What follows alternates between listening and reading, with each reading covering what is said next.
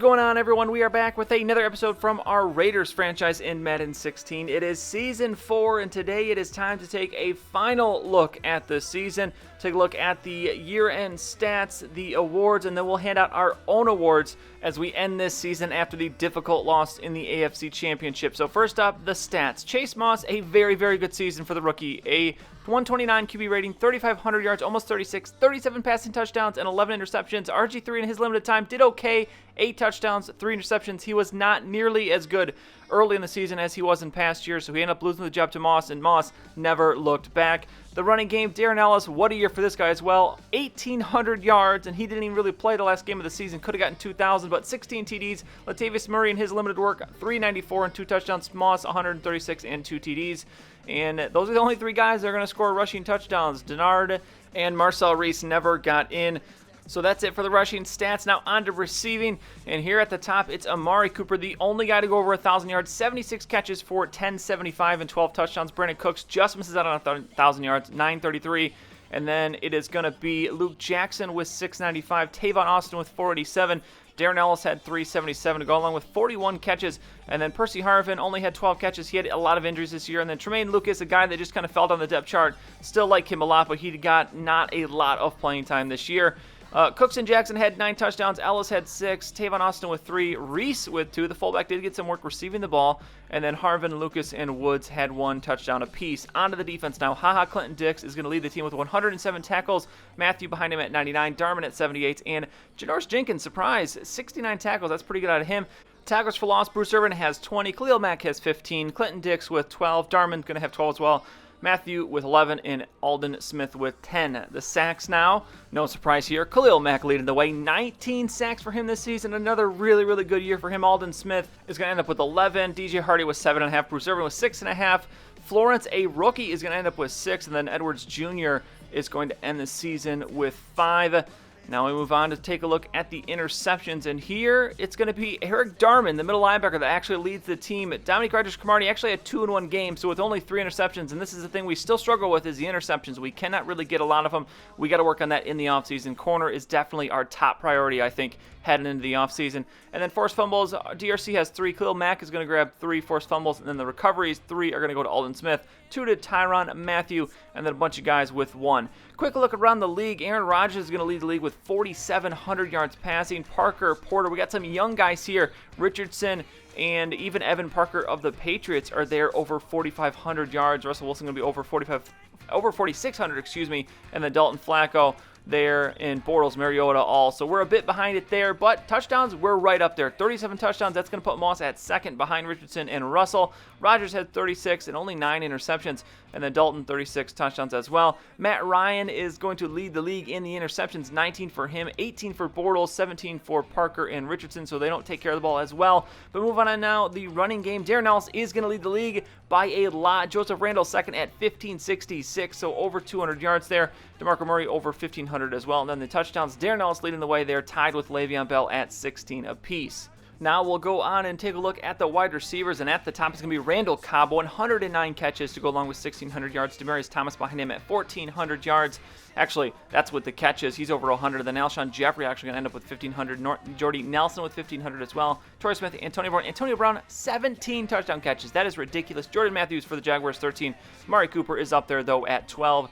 On defense, DeJuan Black leads everyone with 193 tackles. That's ridiculous. J.J. Watt with 20 tackles for loss. And the defense stats, for some reason, still screwed up because none of our guys show up here. We should have tied for the league in tackles for loss. We should have led the league with sacks with 19 from Khalil Mack. And the interceptions, we're not leading here. Joe Hayden, though, the guy we were going after at some point in the season, ends up leading the league with 8. So we could have really used him.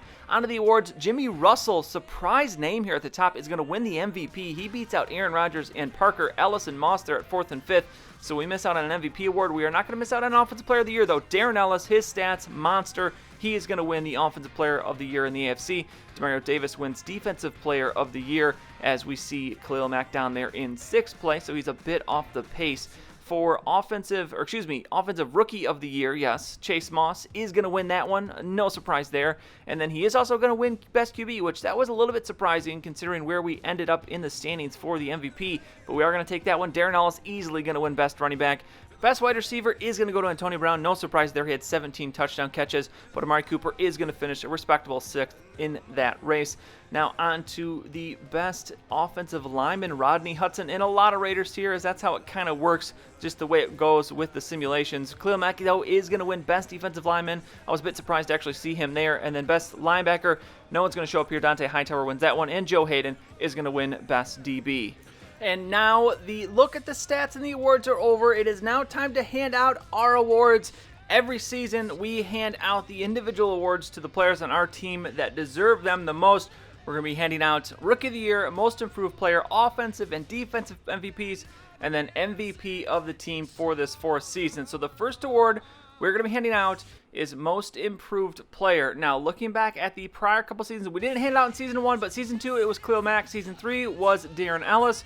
And thinking about it this year, it may be a bit of a surprise because it's a bit controversial, but I'm going to give it to Darren Ellis again. Look at the jump he made this year from 600 to 1,800 yards and from 10 to 16 touchdowns. Not as big of a jump as he had from Season 1 to Season 2 in terms of TDs, but what he added as well, receiving, he ended up with over 2,000 yards of total offense and over 20 touchdowns, as he didn't have as many yards this year, but he had 6 receiving touchdowns. So again, this guy, I did not expect him to be that good, and he was. Next up is going to be Rookie of the Year. This went to Cooper in the first season, Ellis in the second season, and Lucas Jackson, the tight end, last year.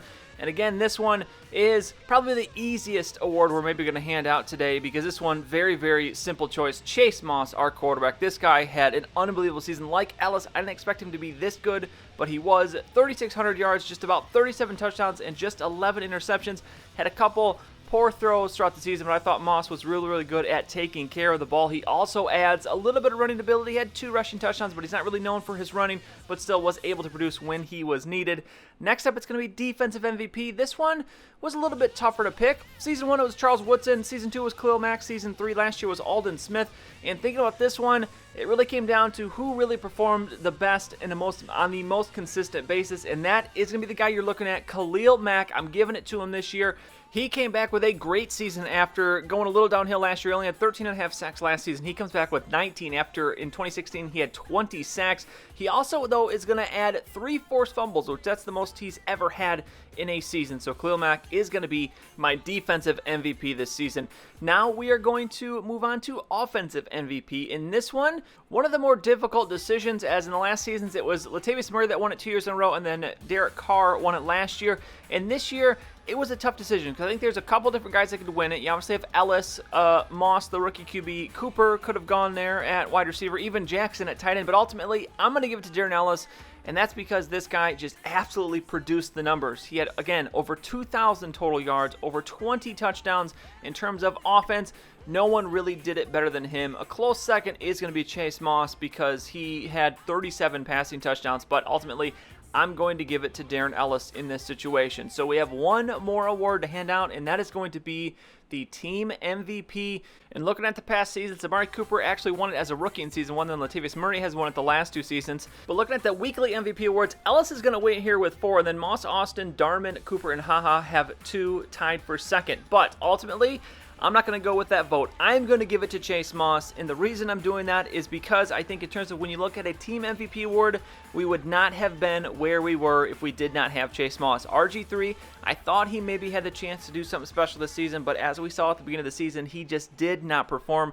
Chase Moss comes in, and look at this guy, 37 passing touchdowns, just 11 interceptions, 3,600 yards for a rookie. He did really, really good, and I think he's earned himself this MVP award. If you disagree or disagree with any of the awards I've given, let me in the comments down below who you feel should have won the awards. But now it's time to find out who wins the Super Bowl, and it's going to be the Steelers, 38-31, and I'm actually okay with this, and I was hoping the Steelers won it because they were really, really good when they played against us. Obviously, they beat us, so you knew they were pretty good, but they take out the Eagles, so the Steelers are going to be Super Bowl champions. And now we are going to move on, and it is time for the offseason. Let's take a look here before we end the episode at the players we need to re-sign. We are going to have $48 million of cap space, but we got some big names to go after here. Marcel Reese, Amari Cooper, and Brandon Cooks, our top 2 wide receivers. We got to get them back. Dominique Treasures-Cromartie, do we bring him back? Dan Williams, Nate Allen, Mario Edwards Jr., Clive Walford, Jaron Brown, who we signed, who I was pretty impressed with. We're going to look at him. Bakari Rambo, Denard Robinson, Robert Griffin III, Bryce Butler, McDonald, George Selvey, Desir, Lawson, King, and then Howard to round it out. So a lot of guys to re-sign. We will not be re-signing all of them.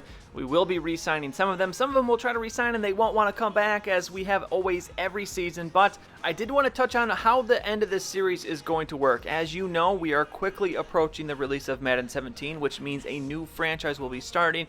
But in order to end this one, I think we have enough time here that I'm going to start a new season. I'm going to start season number 5. We're going to get into it as far as we can, and then when it's time to start the next franchise, I'm going to simulate the rest of this 5th season. That way we can at least get a kind of finale, kind of end to this. We obviously won't handle it necessarily the same way as the full season in terms of maybe we won't hand out the awards or things like that we do, but we want to see how this team ends, and maybe even after that, if we get through most of the season, maybe I'll simulate one more season just to see how this team does, because we've spent so much time in Madden 16, so much time with this Raiders team, that you kind of want to see how some of the guys develop and where this team goes. So that's kind of my plan. Big ups to, I can't remember who it was that suggested it in the comments, but that's a great idea, just to kind of take it as far as we can and then simulate through the end of it. So that's going to be it for this one. Let me know what you think about that idea as far as ending the series, and then start giving me some ideas of teams that we're going to use. I haven't really looked at it at all, but we're going to get into that, figure out who we're going to be using for Madden 17, our new franchise. But that's going to be it for this one. If you enjoyed the video, please go ahead and give it a like. I'd really appreciate it, and subscribe to see any future videos that I make. As always, thank you for watching, and I'll see you all next time.